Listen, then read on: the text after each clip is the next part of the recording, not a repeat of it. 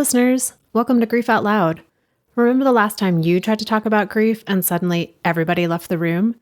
Grief Out Loud is opening up this often avoided conversation because grief is hard enough without having to go through it alone. We bring you a mix of personal stories, tips for supporting children, teens, and yourself, and interviews with professionals in the grief world. Platitude and cliche-free, we promise. Grief Out Loud is hosted by me, Jana Cristofero, and produced by Dougie Center, the National Grief Center for Children and Families in Portland, Oregon.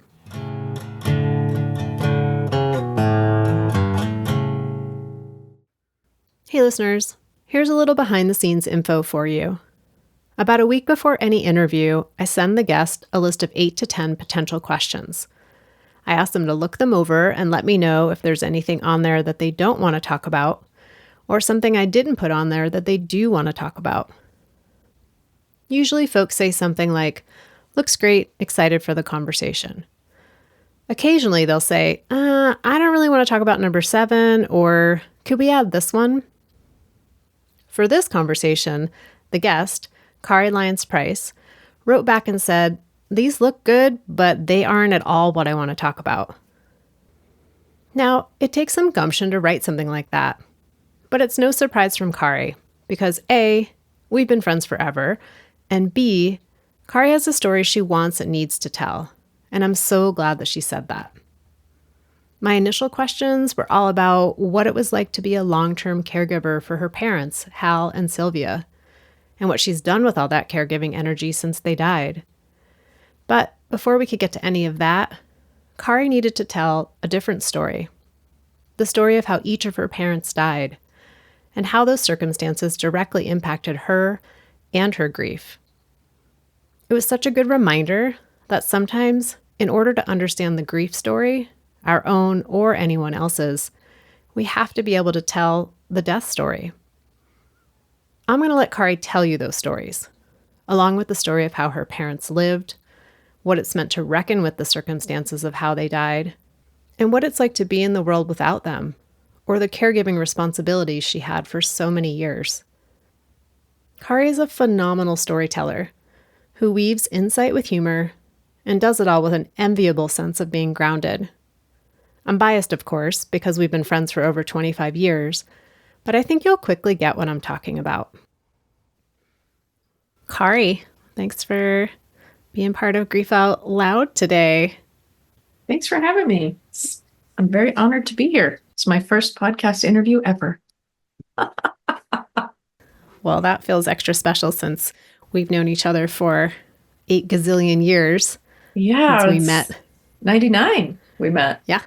Oh Day one of social work graduate school. Day one. Here we are. That's right.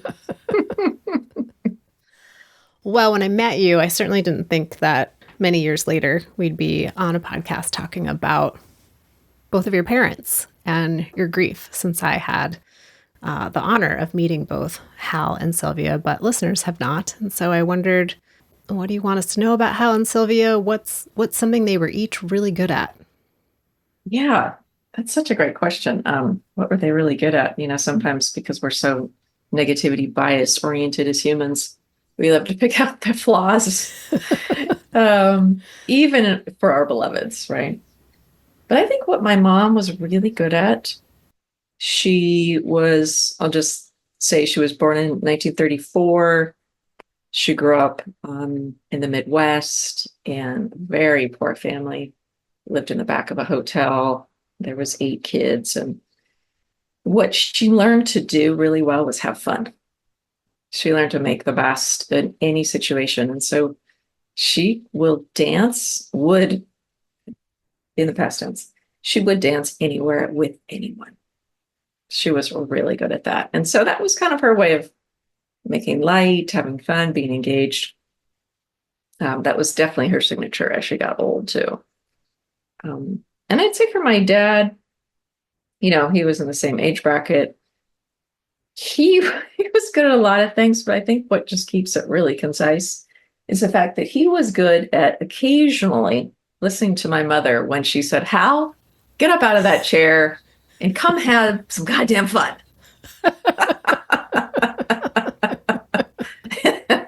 And he, even though he liked to resist a lot, he would occasionally go, yeah, you're right. You're right. Let's go meet some people. Maybe not dance. I was kind of pushing it, but Well, when you said that your mom was really good at having fun, I was like, that is not what I think of when I think of Hal. So that's an interesting, right. like, what do you think drew them together? Yeah, I mean, he was such a workaholic in that like farmer to the land sort of way. And so for him, resting was sleeping. And fun was really what you did when you retired and you felt you could earn a day off. Um, what drew them together? It was outdoor sports. Yeah, water skiing, downhill. They both loved downhill skiing. My mom always liked to say that maybe it wasn't the passion, but it was good timing. It's like they were ready when they met to start a family and be coupled off. They were much older than their peers. They were in their mid to late 30s. So by some measures at the time, they were spinsters and Yes. bachelors. Interesting that they found some way to come together to do something that was fun for your mom and was probably still a little bit of work for your dad because you were like working out. You're doing something. Yeah, yeah. Mm-hmm. Different definitions for sure. So often, in order to tell the story of our grief, we have to tell the story of the death. And I think that's a part of the conversation that doesn't get as much airtime. We talk about the feelings we have and how we miss the person, but the actual how they died and how that impacted us. It can be hard to find places where people are able to listen to that. And I just wondered what for you feels important to say about how your parents died. Yeah. Wow. I have to take a really big, brave gulp of air. But I would love to share with you. I'll start with my dad's death story. He died in October of 2019. And just a little bit of a backstory is that they had lived in the same house on the hill up in the country here in Washington State for 50 some years. And just 3 months before, I had very much coerced them to move into senior living, into care. They were in one apartment in independent living, but it was part of a facility. So, right down the hall and around the corner was assisted care. My mom had Parkinson's disease and had it for a really long time. She ended up having it for 20 years. But anyway, she needed more of the care and dad just needed to come with her. And so anyway, there they were in this independent living apartment. And, my brother and I and our family felt they were in the right place. Of course, they didn't necessarily agree, but that's unfortunately often how that goes.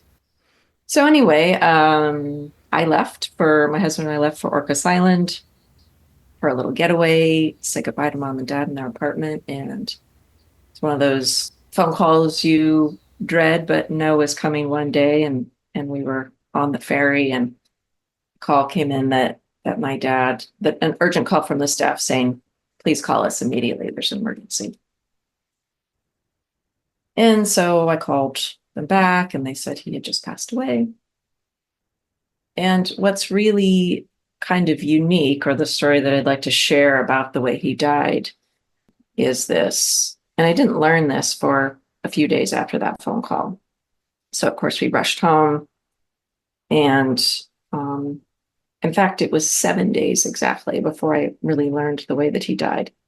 So apparently what happened is that he fell over. He just fell out of his chair, sort of a regular low impact fall. My mom was there. And so she called the front desk with the landline and said, please help. Hal's fallen and we can't get him up because they tried. And they said, no, we don't pick people up off the floor. That's not something we can do. But we can call 911 for you. And my mom at that point said, no, that's too much bother. We don't want that. So she hung up and they kept trying. She was trying, he was trying. There was lots of probably swearing and upset, anxiety and all those things. 20 minutes later, mom called the front desk again and said the same thing. And this time she's really getting panicked because she can see that he's getting exhausted. And they say the same thing. Really sorry, we can't help you, but we can call the ambulance. And this time mom agreed. And I think it was like, he'd been on the floor at this point, 35 minutes or so. And then the ambulance came, and it was right at that like 2 minutes to 5 o'clock. And the woman that had been taking the calls clocked off. And the ambulance came, the EMTs came, and the minute they came in the room, they picked him up in his chair, put him in his chair, and he passed away from a massive heart attack. And they were actually heading back out the door because they realized, well, there could be a resuscitation here from heart failure. And they were running back out the door to go get their equipment. And my mother stopped them and said, look at the back of the door. There's this form there.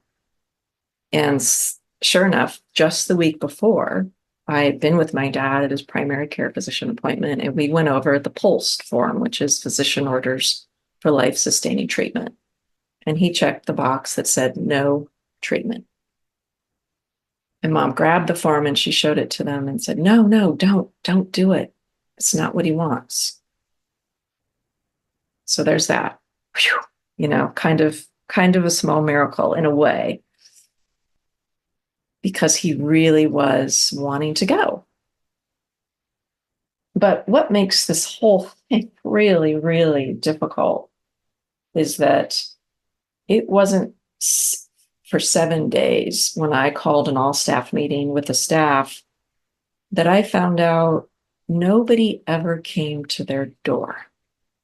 No staff after those 2 phone calls and those 30 minutes ever even came to see how they were, or to be with them, to give comfort, to say that help is coming soon, to help them understand why they were in this place where they're supposed to be, and I'm doing air quotes, cared for, but yet no one is coming to care for them in what they felt like was a crisis.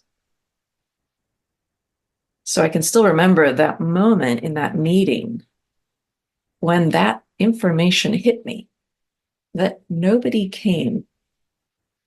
And as a daughter and their primary power of attorney and person that made this decision, with some coercion around, this is best for you, you will be taken care of here. It kind of felt like someone had just put my palm, all pads of fingers, on a hot coil. And that it just wasn't true in that moment. And that no one was there for your parents. And none of that's to say that he should still be alive because he wanted to go. But what was so hard later in the grief process was this just white hot anger and resentment that felt in the narrative was he didn't die a respectful death. So that was a lot to take in a sudden death, especially given this sort of way. And what happened after that was I took that sort of anger and resentment and sense of injustice, and I called all the other long-term care, senior living, corporate headquarters, and executive directors of local facilities. And I said, is this a standard? Like, what is the deal here? Help me understand how this can happen. Because I'm a member of the public who I don't remember that in the marketing verbiage, right? I don't remember them saying, we care for them except when they fall on the floor. And not even to say, honestly, what I learned in my research and talking to legislators and state of Washington health boards was that when someone's in independent living, that facility or whoever owns that place does not is not under any obligation of care. There is no contract for care. It is a landlord lease agreement. So I was like, wow, that's news to me. Very different. Again, not what you're told. So by the time we ended up meeting with the legislators, COVID had just landed. So they were very preoccupied. And my small issue and my dad's death was swept under the rug. What I was hoping for was that maybe they would be able to mandate to these folks that market to the public for disclosure, to say that assisted living is one thing, skilled nursing is another thing, but with independent living, there is no care. We are under landlord-tenant law. Kari, I have lots of follow-up around that, but I'm curious just in this moment, knowing that that's a narrative you've probably shared with yourself many times, and it's taken, 5 years to kind of come to this place of sharing it in this way. What is it like to put all that together and to verbalize it? Yeah, it's still, it still makes my diaphragm tight, makes me hot. It's still, there's some flares in there of, what happened in that sort of disbelief and a little bit of anger. And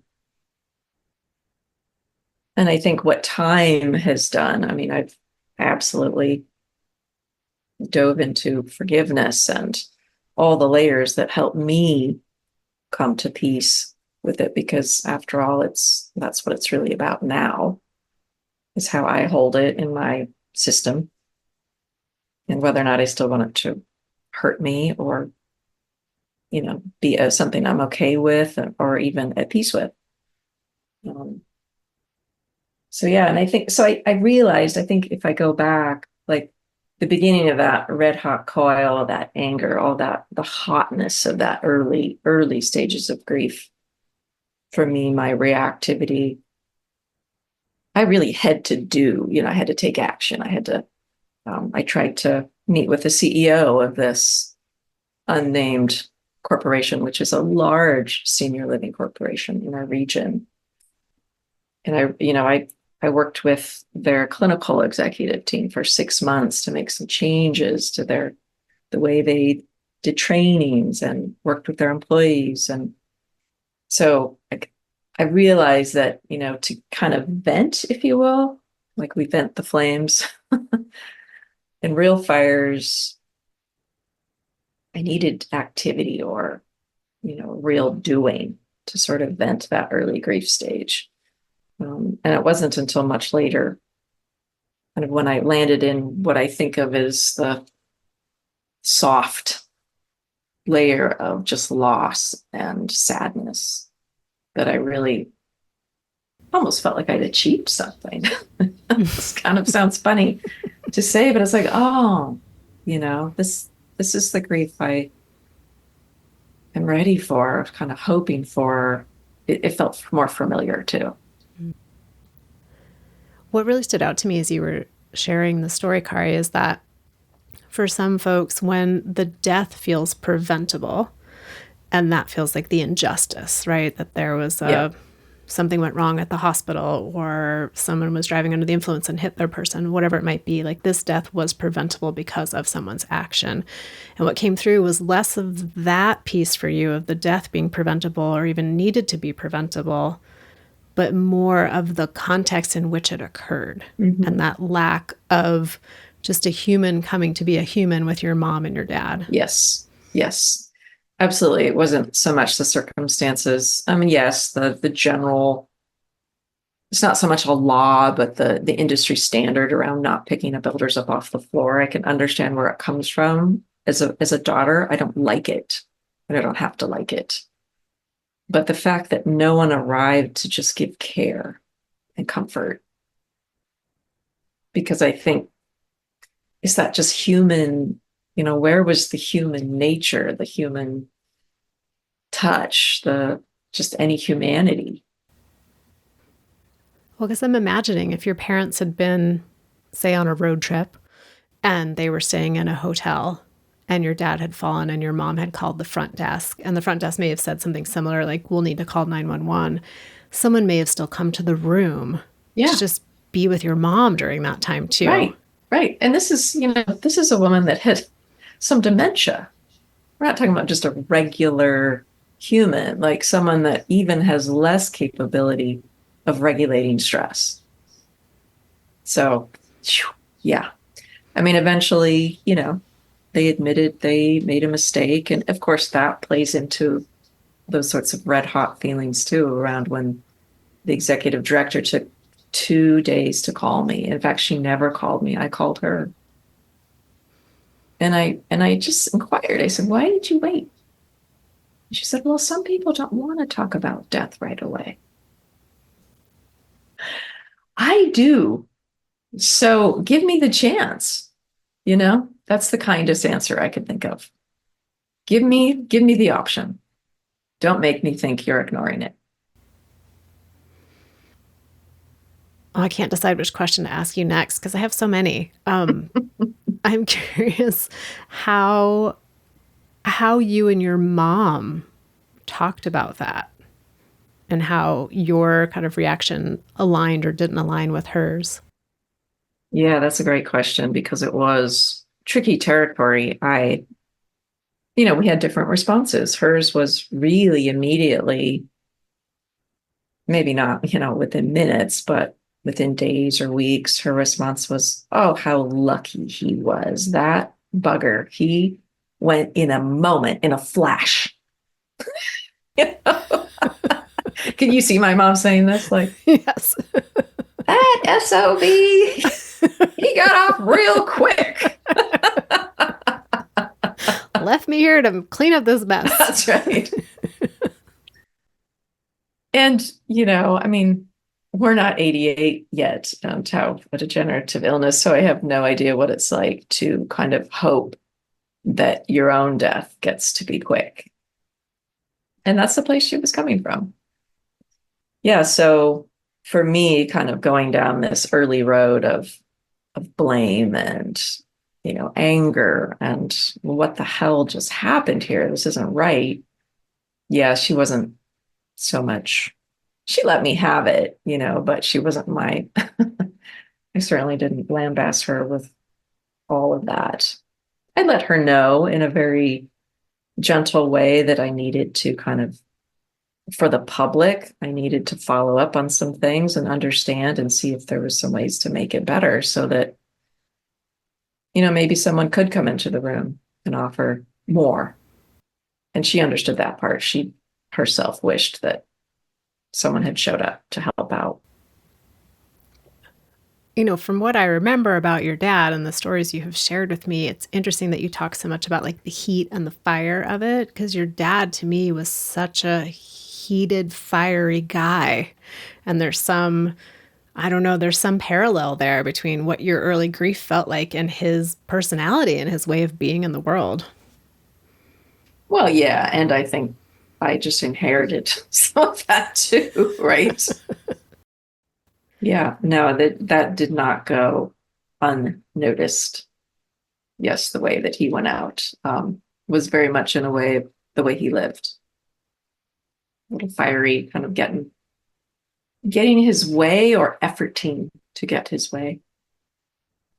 But it was only a month before that we managed to take him for his last trip to his beautiful lake cabin. And when we got back home, he sat in his chair just exhausted. I mean, he could just barely walk at this point and move and enjoy the trip. He's glad he went, and I sat next to him and he just burst into tears and said how much he wanted to go. And he wished he could go soon. What has that memory meant to you? I think it's been like a little healing balm in the sense of, oh, he said what he needed and wanted, and he kind of got it, There's nothing, in some ways, there's nothing better than that. So yeah, that's been a helpful memory to hang on to, honestly. And even though there's it's not sadness, it's tenderness. There was so much tenderness and vulnerability, but I'll always remember that just with my heart sort of smiling because it was a rare moment where our hearts met. And that's very sweet. Are there ways in which what happened with your dad shaped some of the decisions that you made as a caregiver for your mom? Oh yeah, absolutely. It was actually really difficult. So he died October, buried 3 weeks later. Anyway, we had about a month and then it was in the holiday season and I was desperately trying to move her. As you can imagine, even though this facility offered assisted living, which she then very much needed because she was declining fairly acutely without him around, there was no way in hell, no way in hell I was going to let her stay there. Um, so, yes, I had to make a very difficult decision. And she didn't want to go. She loved her little apartment. It was so cute. She had it decorated the way she wanted it decorated, and she had a little balcony. And there's nothing she loved more than having sunshine on her face, sitting outside. And once you move into the higher level of care, no more balconies. So that was another really, really difficult time where my brother and I, but mostly I, had to make that decision about where is she going, and it's pretty much against her wishes. So yeah, I interviewed that poor staff at the next place she went, like there's nobody's business. Of course they heard the story about how my dad passed, and they 100% got it, and of course guaranteed me that would not happen under their watch, which is kind of a lead into how she died. Would you like me to share that? Yeah, I was going to say, because context is such a big part of your mom's end of life as well, as we enter into like 2020, 2021, 2022, COVID-19, your mom needing facility care. Like there's a big part there too. Yeah, absolutely. So she went into just after Christmas. She moved in of 19. So yeah, COVID was, on the scene February, March of 20.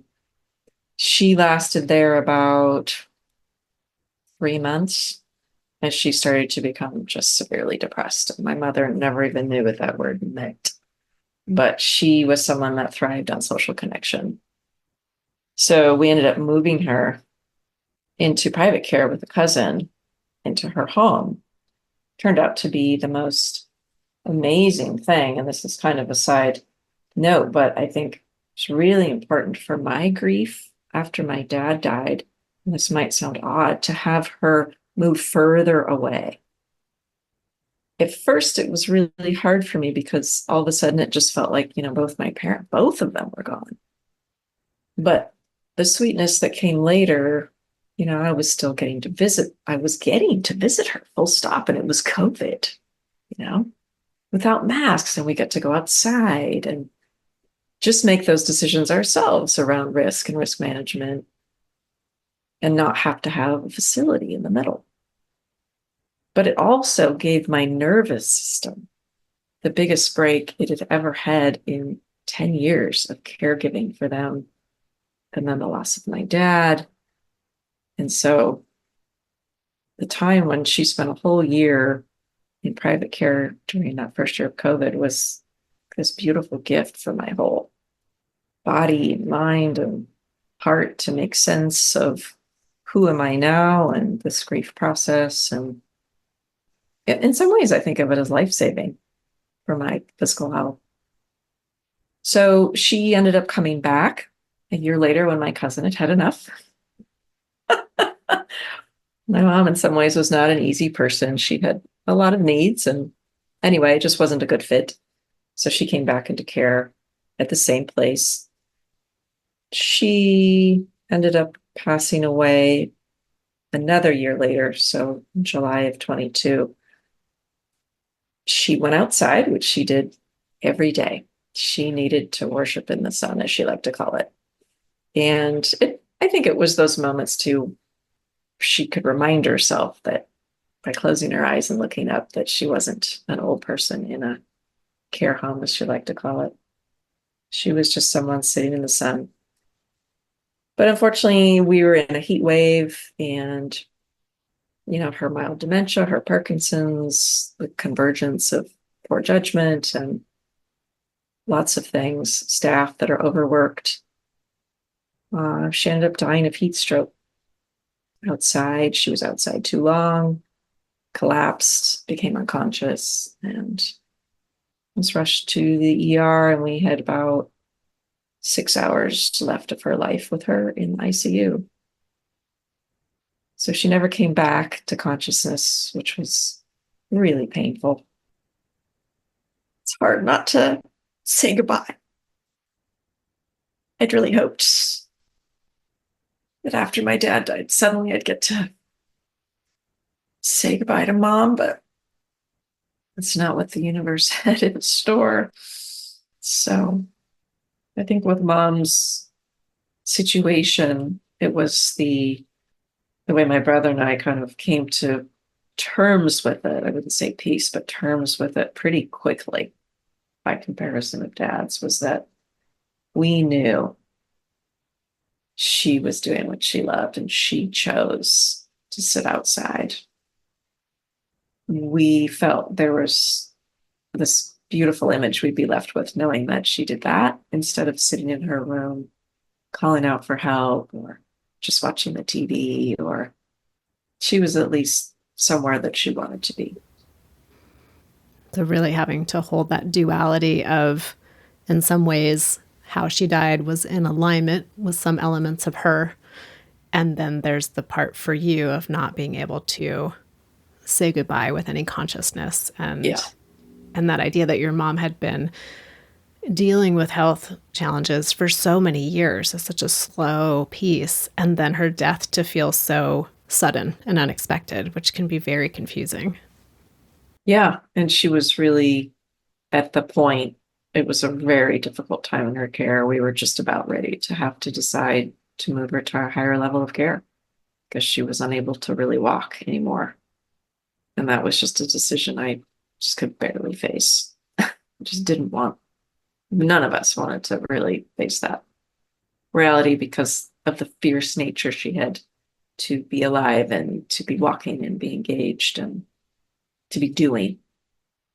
Yeah. And when I've been reflecting, getting ready for this call on grief and kind of the grief journey I've had, my parents' deaths, I also kind of had this like, aha, sort of a duh moment when I recognized that the minute my mom was diagnosed with Parkinson's back in 2002, I kind of started grieving then.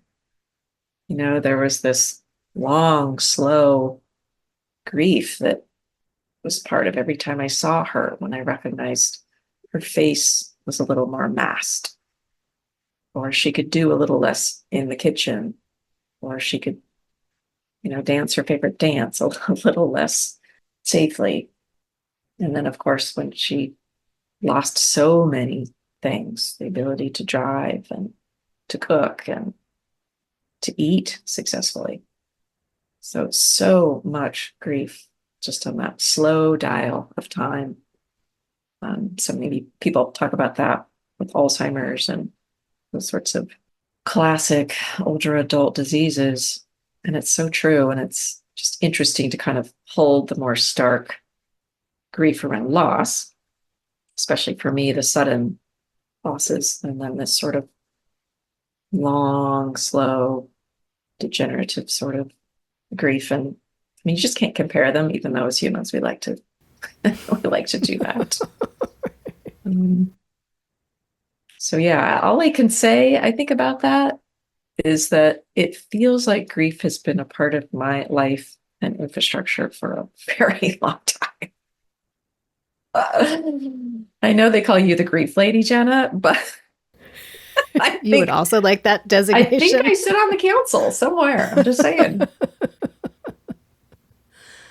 Well, in the field, there's the term anticipatory grief, which is usually the term that Hmm. people Hmm. use to describe that experience. But for me, the wording has always felt like it's fallen short because it Yeah. sounds to me like I'm anticipating that I'm going to be grieving this person's death at some point because I'm now faced with the reality that their life is going to be shorter. Right. Like you're not grieving now. And I understand like people like to put stuff in a timeline, but it just diminishes it in some way because it's just as real as the grief of when someone has died. It's different, but it's just as real. Yeah. Yeah. It was so, so painful. Some of those, yeah, they're still just in me. I can still feel them. Like it's the witness, it's both. It's witnessing the loss for them, right? And then it's also your own felt sense to have your loved one lose that thing.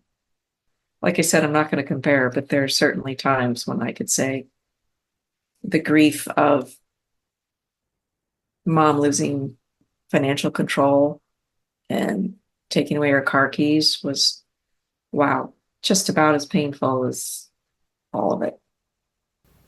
Well, and the thread that comes through so strongly, I feel like your whole family line, particularly your parents, is autonomy. And it seems like in the way that you've reckoned with your grief is to find some shred of autonomy for both of them in each of their death stories. Yes, you got it. It's true. It's a very strong narrative. My dad, one of his favorite stories to tell, was it was to own the story that his parents were pioneers. You know, they were born in 1905 and 1907, and they kind of pioneered in terms of, a farm and came to this new place from the South. So there's some of that that's very much the story of people that moved west, right? I mean, it's in our DNA. Well, that makes me think of a question that just popped into my head, which is what has both of their deaths meant for your autonomy? Oh, big time. I'm free now. They are so happy. There were so many times my dad looked at me and he said, I'm so sorry. We're such a pain in your ass, or I'm looking forward to when you get to be, without us. Kind of as a joke, but kind of serious. Um, and yes, I very much embrace the fact that my life is just starkly different. And I feel as if I'm getting to just start over entirely because it was such a long period of time. And I lived literally down the street from my parents. And so our lives were very, very intertwined and embedded. Um, the regular sort of years where we just sort of looked in on them and had daily phone calls. And there was about 5 years, and there was about 5 years of, intensive caring and decision making and challenges. So, yes, it's a whole new time for me now and right in time for menopause. So let's just pack them in. What's this body thing? What's this new life thing? No parents. Every day's new, girl. Every day. Well, that's almost two different questions then around, because I was going to ask you, like, you've been so illustrative in describing grief along these different steps. And I was going to ask, like, how does grief feel and show up for you now? But then I also wonder, what does it mean to be in the world without parents and their physicality? Mm-hmm. Maybe it's the same question. It's interesting. I often question in my own system when I'm having, any sort of a challenge or a bump, and I think, what the heck is that? Is this low mood or my inability to sleep grief, or is it menopause? I mean, that's kind of serious, like untangling. Generally speaking, I'd say my grief now is punctuated by anniversaries, and there's that longing It's the missing of the laughs, and I'm renting out their house, and so going there and just memories, and there's some longing and some sadness, but I'd say it's primarily just wonderful, joyful memories, feeling so happy that we had so long together and that they were who they were and that I got to be who I am. And yeah, and not having parents in the world is a little harder. I mean, when you ask it in that way, there's definitely, I think the whole first year, which was just last year, after mom died in 22, was just this very strange. I felt like if there was a cord, that connected us either spiritually or energetically to parents, it had been cut. It just felt like I was kind of wandering the earth, sort of floating in this no woman's land, feeling very disconnected and wondering when I would find my feet back kind of in a new place. I mean, I think there was this literal, physical, spiritual chasm. And I suppose maybe it's meant to be that way because I felt like I was seeking my own new foundation, my own new life and place and sense of belonging that was to me, because we often associate belonging in particular with family. And that's great, but I also think it's limited. And can cause us a lot of suffering if we don't have great relationships there too. So Yeah, there's a whole other conversation to be had about having family in physical form and also feeling not belonging. yes, 100%. That's a different conversation. Very, very different. Yeah. Years of therapy. So where or how do you find your foundation now? Well, the where I think it's now just been embodied. I suppose it's reminding myself that it's in my body. And that's, I teach mindfulness and do some coaching and I'm often humbled in those moments when I find myself suffering and I say, "Oh, you've forgotten your own sense of belonging and connection because you're looking for it outside, right? When that like treat or that time with someone you think is going to fill you up in a particular way and it doesn't." That reminds me that the where I need to be is just in remembrance that I am enough and that sense of connection and belonging is right there. It's right here. And sometimes the how I think has to do with nature. I feel a deep connection to my own spirit or deepest sense of self outside. We get this perspective. The world opens in ways that the small self can't see when we're not in the trees. So when I can even just go out in my own patio chair and look up at the aspen tree and go, "Oh, yeah. Yeah." Or sometimes I need to go out and just feel the longing, the loss, the grief, the emptiness in the moment. I mean, it's not always about coming back to feel smiling and happy and belonged. That's not a word. But to just let the feeling be whatever it is. And that itself can be a pathway, right? Back to our deepest self and connection, or whatever you want to call it.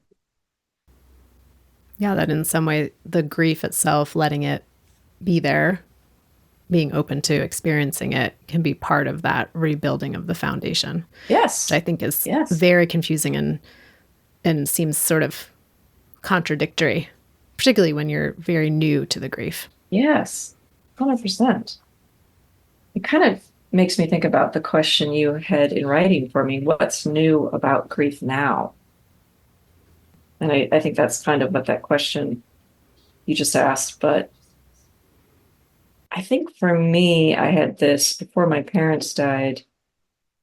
I really thought of grief sort of in this typical process that I experienced more as a teenager or a young adult, loss of grandparents, maybe people I didn't know that well, but that I would have sadness and then kind of get over it, so to speak, or maybe just even compartmentalize it and whatever it was. I think what feels new about it this time around, in the biggest sense, is that I really gave myself time and space to be a person that grieves. I think there's more action. I felt like it had to be more active. And maybe that's because over my life, I've learned that what I don't tend to, guess what, gets stored down there in the cells. And, I don't want to hang on to any of that toxic shit for a long period of time. So I think I've tended more to my grief in a more conscious way with my parents, especially because of that red hot anger nature. It wasn't exactly familiar or didn't feel safe for me a lot of times in my system. So I was like, okay, I'll call in the supports and make some time for myself and see what is needed here to tend that grief. Well, Kari, anything else that feels important to share to not that we ever complete this story, but at least this chapter of the telling of your story? Mm-hmm. I'll probably bungle the quote, but there is a beautiful quote that essentially says, grief is the receipt of loving well.